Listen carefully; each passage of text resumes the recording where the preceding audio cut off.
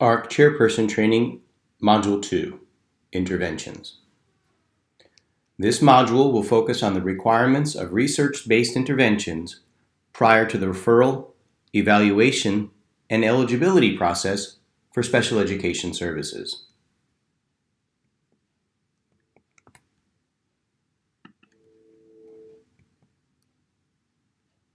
Interventions are nothing new to the evaluation and eligibility process for special education.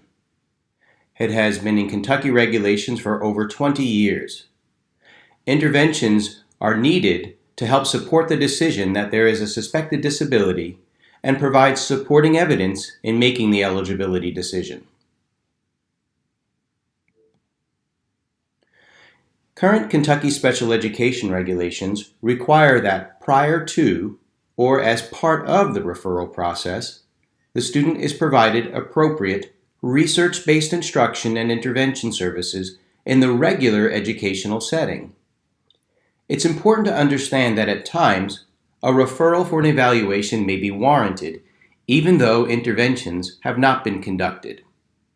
In cases such as this, interventions can be conducted and data collected during the 60 school day timeline for initial evaluations. In general, interventions should occur prior to the referral and part of the basis of why the student should be evaluated for special education services.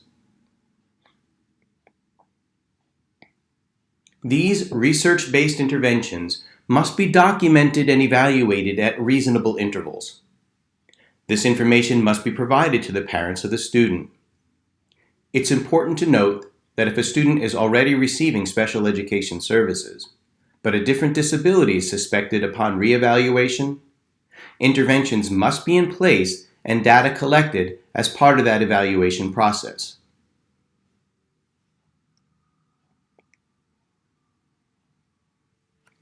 Kentucky regulations define qualified personnel as personnel who meet the statutory or regulatory qualifications for each respective profession currently applicable in this state.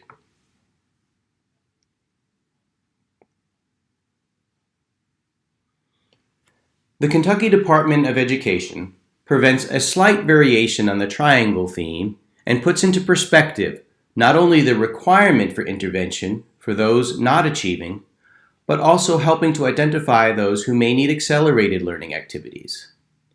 A comprehensive understanding of the Kentucky system of interventions can be found in a document entitled the KSI, or Kentucky System of Intervention document.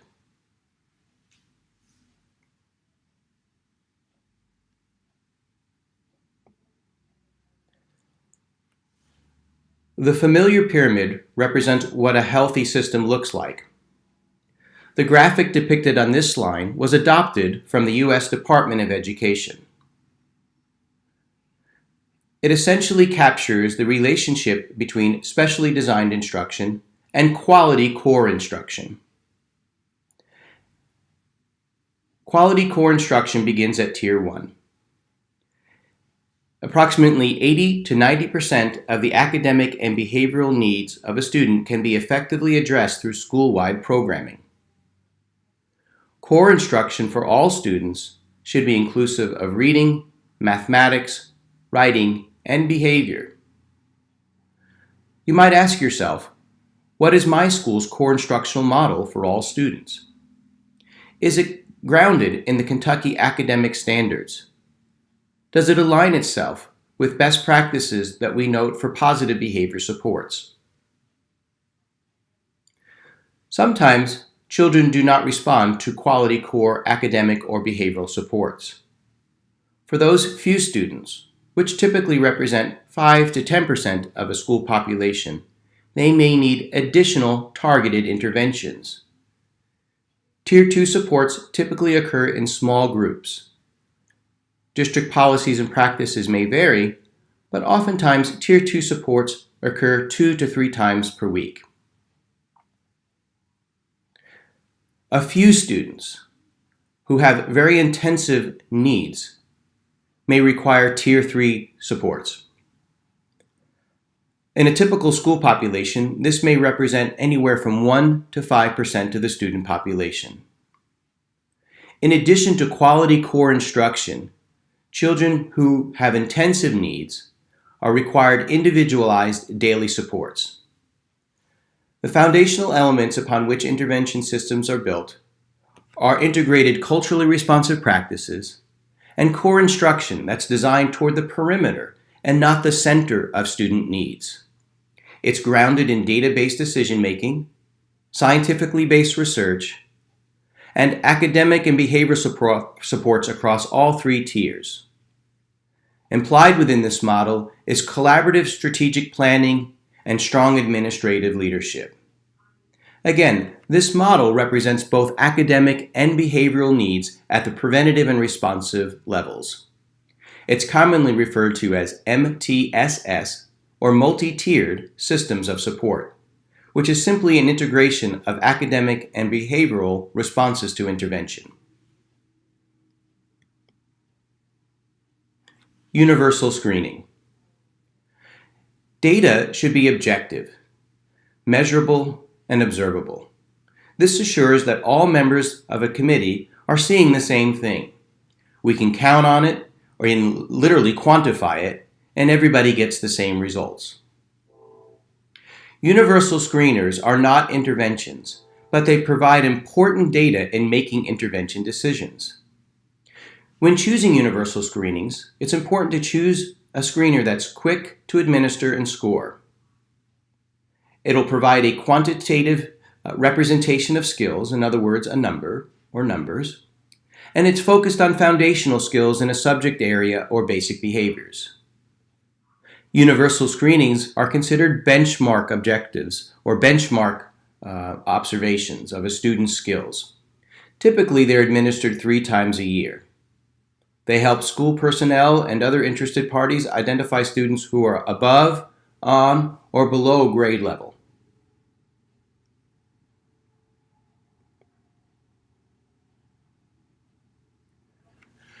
The time to administer and score screenings and diagnostic assessments vary greatly. Diagnostic assessments can provide qualitative data. In other words, they name some specific skills and describe a child's ability within those skills, and sometimes quantitative data. They're focused on foundational skills. All students placed in Tiers 2 or Tier 3 should be given the universal screener. They help identify specific foundational skills for the focus of an intervention.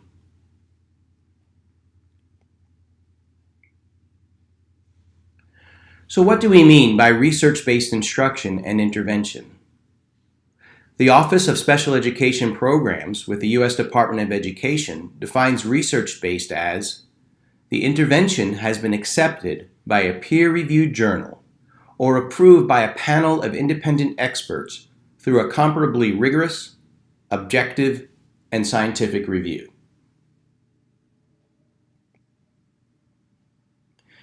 Interventions can be programs.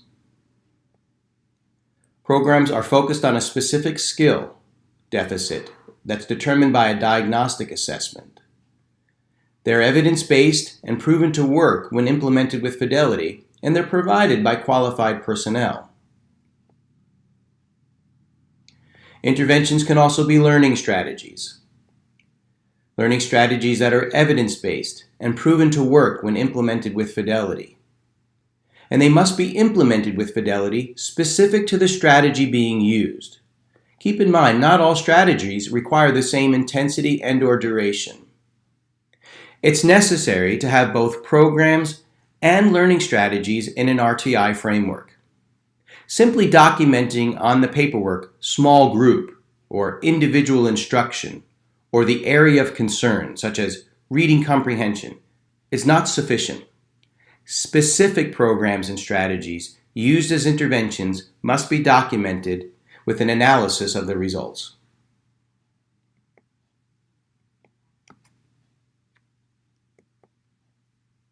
Here are examples of what an intervention strategy may look like at the elementary, middle, and high levels. Repeated reading, to address fluency. Self-questioning strategies, summarizing and close reading. Reciprocal teaching. Resources are included at the bottom of the slides with links to the What Works Clearinghouse. The links include supports for primary, elementary, and adolescent literacy. For writing, interventions may include a breakdown of the writing process, sentence combining and summarizing, or perhaps the use of graphic organizers in planning. Links at the bottom of this slide will take you to the What Works Clearinghouse to support writing interventions for elementary and secondary writers. Notice it lists a specific research-based strategy in each area. For mathematics, perhaps concrete, semi-concrete, or abstract instructional sequencing. Cognitive strategies to teach problem solving and self-questioning. Additional interventions may be found at the hyperlinks at the bottom of this slide. They'll take you to the What Works Clearinghouse. Each of the links will provide supportive information for math problem solving and algebraic supports as well as fluency.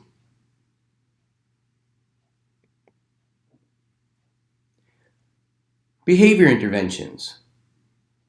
Interventions may include behavior plans driven by a functional behavior assessment, behavior monitoring, check-in and check-out, social stories, self-monitoring and other self-monitoring strategies. A link at the bottom of this slide will take you to the What Works Clearinghouse, behavior supports for elementary, and supports for tiers 1, 2, and 3. For additional resources for behavior support, reach out to your Greater Louisville Education Cooperative Behavior Consultant or check out the website kyself.com.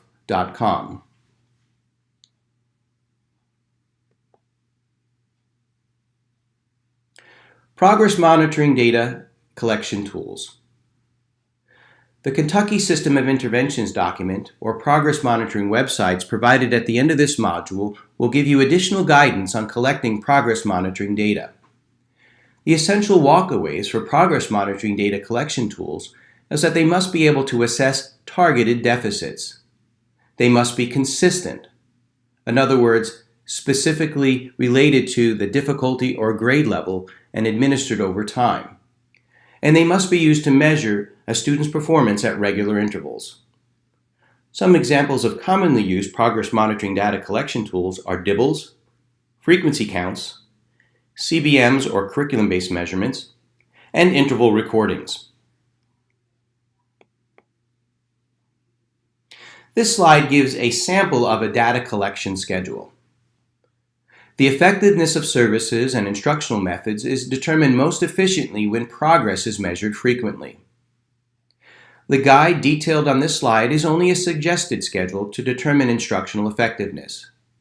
Refer to your local policy and procedure manual for the data requirements for your intervention program. Important to note, teaching a skill once a week for 30 minutes is not likely to increase a skill level or decrease a challenging behavior.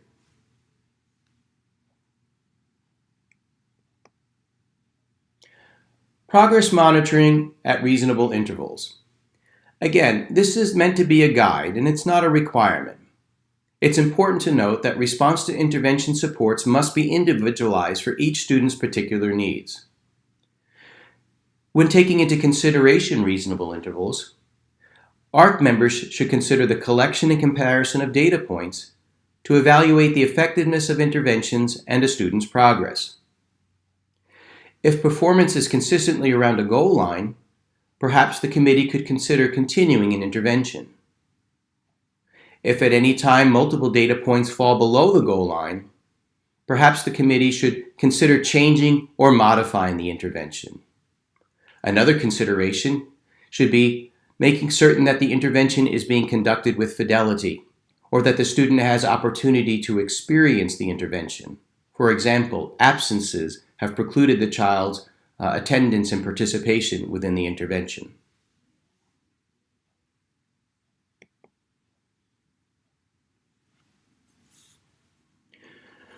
Which of the following pieces of data are necessary in the intervention phase? Take a look at this slide.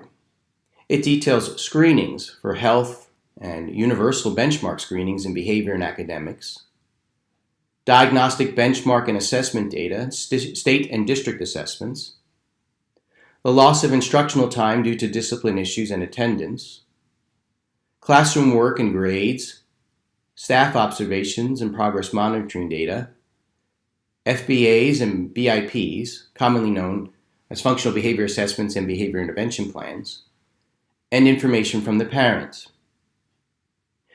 Any of these could be considered for consideration as data points during intervention. It's critical that the student's teacher gathers and reviews all information that's present in the school and from the parent as a way to know a direction to take for classroom interventions. We start by finding out what we know about the whole child. The child developmental history is not restricted to referral. Both parent and children possess wisdom about what the strengths, weaknesses, and challenges are and what will work.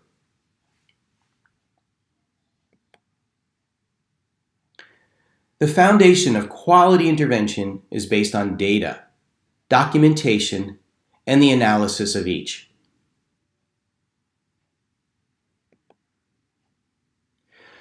Documentation of interventions are required for any suspected disability, regardless of the category.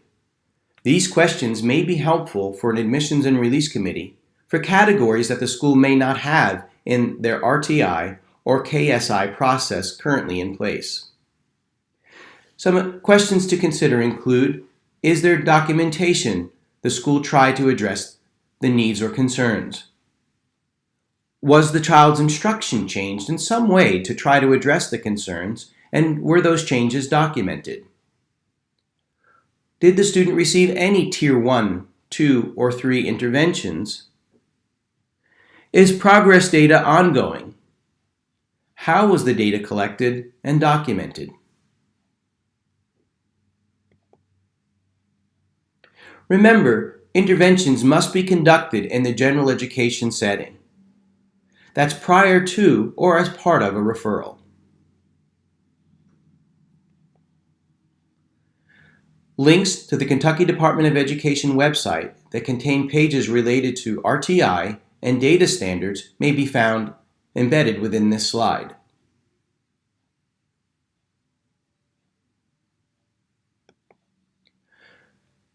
This concludes the module on interventions for ARC chairpersons. The next 2 slides provide resources you may find helpful.